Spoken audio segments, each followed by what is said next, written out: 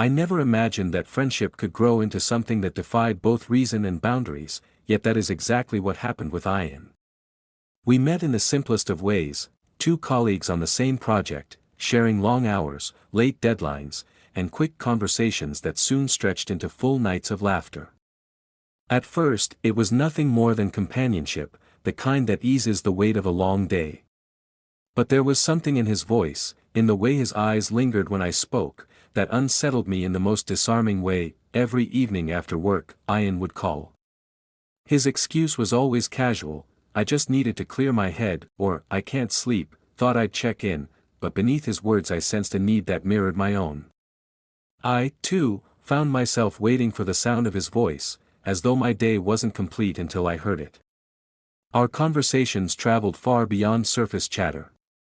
We shared secrets from our childhoods, regrets from our past, even the fragile dreams we never dared to tell others. Slowly, the line between friendship and something deeper began to blur.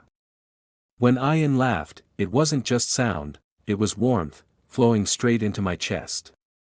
When he sighed in silence, I carried the weight of that pause as though it belonged to me. I found myself memorizing the details of him, the rhythm of his speech, the way he repeated certain phrases, even the moments of hesitation when he seemed to fight words he wanted to say but couldn't. The truth is, I had begun to love him long before I admitted it to myself. It wasn't sudden, it was a slow-burning awareness that crept into every moment we shared.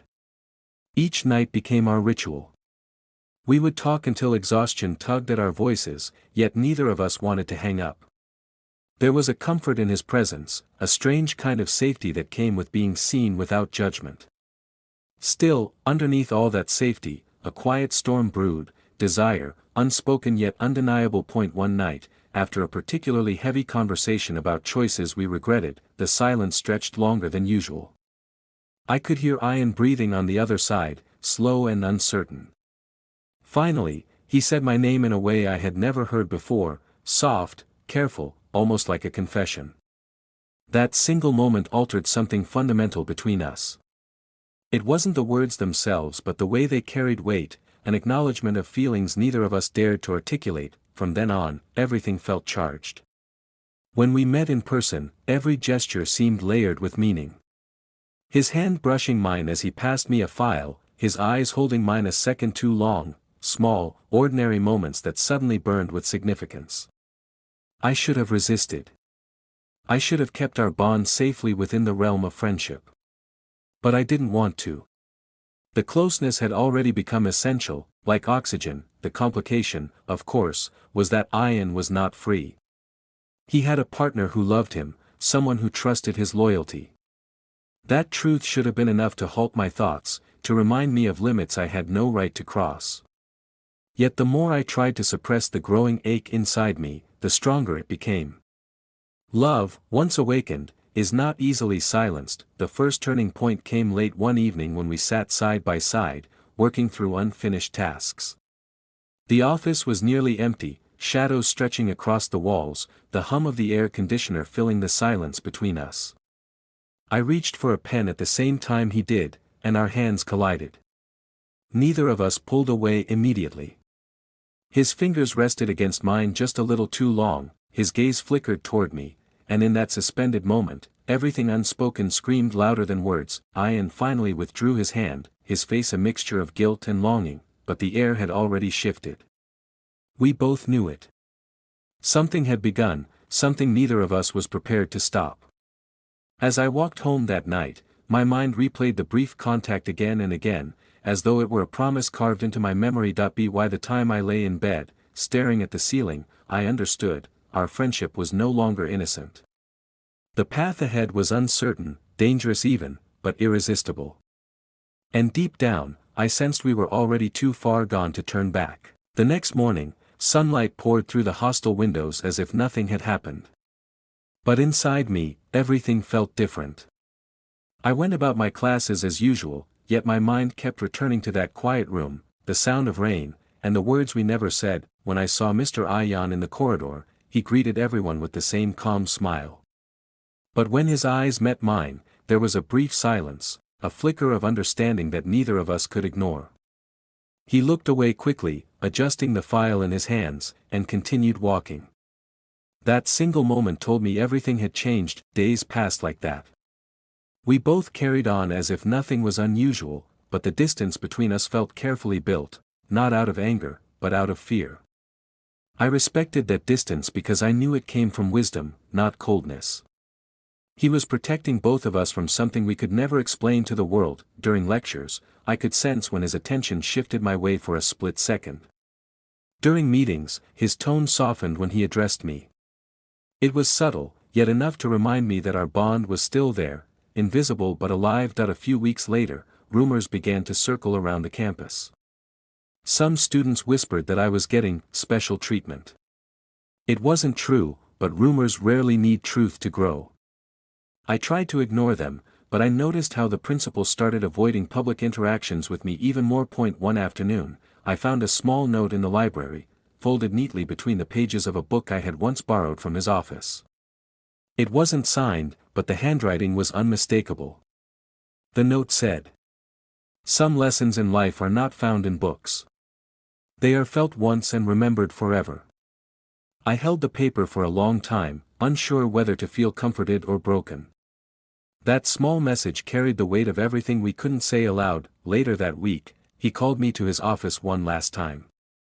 His tone was professional when he asked me to sit, but his eyes told a different story. The files on his desk were gone, replaced by a single mug of tea and a half-written letter. He spoke quietly. "I wanted to thank you for helping during the event and for your dedication to your studies. You've done well." I smiled faintly. "Thank you, sir. You've always inspired me." He paused for a moment before continuing, "You're finishing this term soon. After that, you'll have a new journey ahead. Keep your focus there. Don't let anything, or anyone, hold you back." I understood what he meant, though he never said it directly. It wasn't a farewell in words, it was a farewell in intention. He was reminding me to let go with grace. The air between us felt heavy again. I wanted to say something, to thank him for understanding me in ways no one else ever had.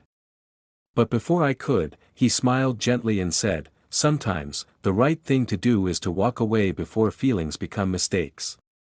That single sentence stayed with me. It wasn't a rejection, it was a lesson, a reminder that love, in its purest form, isn't always about possession. Sometimes it's about knowing when to stop. That I stood up, nodded respectfully, and left the room. Outside, the evening sky glowed with orange light, just like the first day I had joined college. But now, I wasn't the same person. Weeks later, I graduated. During the ceremony, he handed me my certificate. Our hands brushed for a moment, a brief touch that carried months of silence and a lifetime of meaning. He whispered only one word, "Proud." That was the last time we spoke. Years have passed since that night, yet I still remember it clearly, not as a secret, but as a story that taught me something profound. It taught me that real connections don't always end with grand gestures or promises. Sometimes, they end quietly, leaving behind lessons that shape who we become. Whenever it rains, I think of that office light glowing through the darkness, a reminder of a night that changed two lives forever, because some stories are not about what happened after the door opened, they're about what we learned once it closed. The next morning arrived too quickly. I woke with a restless mind and a weight in my chest I couldn't shake. Everything felt more complicated in daylight. The fleeting comfort of last night had transformed into a tangle of guilt and questions that clung to me like a shadow. That I found Rayhan in the kitchen again, though this time the air between us felt tighter, charged with everything we hadn't said. He greeted me with a soft nod, but his eyes avoided mine. The silence wasn't warm anymore, it was cautious, almost fragile. Neither of us acknowledged the moment that nearly changed everything that we pretended to carry on normally, but every shared glance made my stomach twist. I wanted to speak, to ask what he was thinking, who we were becoming in that house, but every word felt dangerous. At one point, he stepped out to take a phone call. I didn't mean to listen, yet the disappointment in his voice reached me anyway. "Yes, I miss you," he said quietly. "I'll see you tomorrow. Give Ian my love." His tenderness should have comforted me. Instead, it carved a hollow ache inside my chest. Later, he returned to the living room and sank into the couch, rubbing his temples. He looked exhausted again, but this time from emotional strain rather than work. Last night, he began, his voice barely above a whisper, I wasn't myself. I understand, I replied, though neither of us truly did that. He nodded, accepting the lie we both agreed to believe. You're important to this family, he said. I can't. I shouldn't blur that. His words were right. They were responsible. They also pierced deeper than anything he could have said. To distract ourselves, we cleaned the house together. It should have been simple, folding blankets, dusting shelves, straightening pillows. But every time our hands brushed or we reached for the same object, a silent current surged between us, reminding us how much restraint we were forcing. By evening, the emotional exhaustion felt heavier than any physical tiredness. I stepped outside for fresh air, hoping the cool breeze would settle my thoughts. Rayhan joined me after a moment, standing close enough for warmth but purposely keeping his arms folded to maintain distance. You're a good person, he said suddenly. I wasn't prepared for that. I don't know if that's true anymore. It is, he insisted, turning to face me fully. What almost happened wasn't your fault alone. And stopping it, that matters. I looked away, jaw tight. It doesn't feel like enough.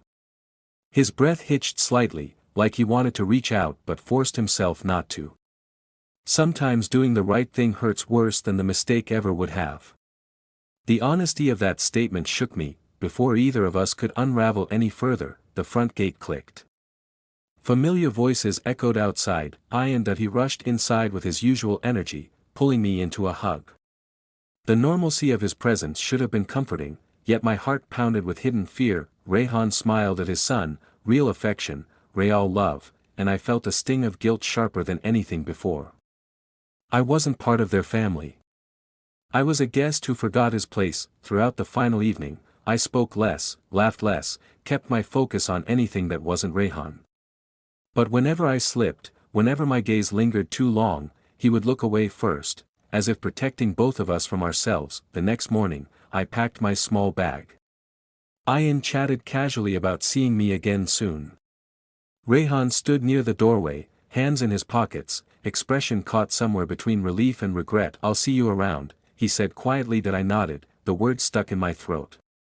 There was so much I wanted to say, but every sentence felt like it would destroy something precious. As I stepped outside, Rayhan finally met my eyes.